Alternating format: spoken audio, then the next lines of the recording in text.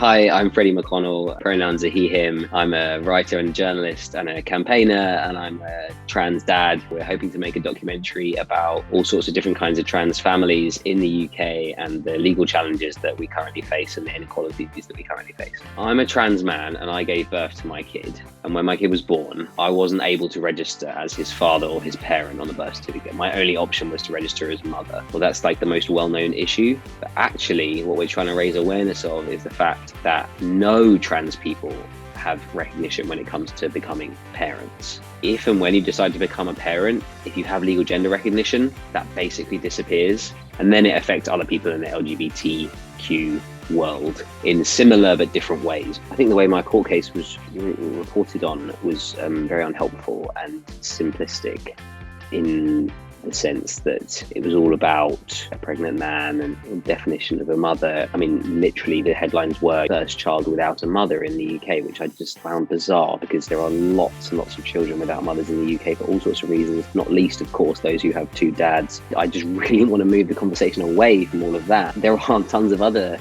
families that are like similar to mine and different to mine who also encounter problems. You know, on the one hand, I want to spotlight those families in a celebratory way that's all about pride. And on the other hand, we need to draw attention to the fact that one of the big commonalities amongst these families, whether they're trans or queer in a broader sense, is the lack of legal recognition. It's important to say that a birth certificate is a document for the child that has been born, and it's their identity to some extent. And I think there's a misunderstanding that when LGBTQ parents are fighting for equal recognition on their children's birth certificates, they're doing it for themselves. So they're doing it for some kind of self-validation. What they're doing is that they're trying to make sure that their child goes through life with an official document that reflects their reality, that they aren't hindered by or sort of at a disadvantage at because of. The idea that the current birth certificate system we have is great and accurate and it's just these kind of leery trans people trying to mess it all up, that's just not true. The system is broken and archaic and doesn't really work very well for anyone. So what we want is like root and branch reform. You can see where the outdatedness comes in almost immediately, because the mother, which is defined as the person that gives birth, that name has to be on the certificate, but she can bring a man with her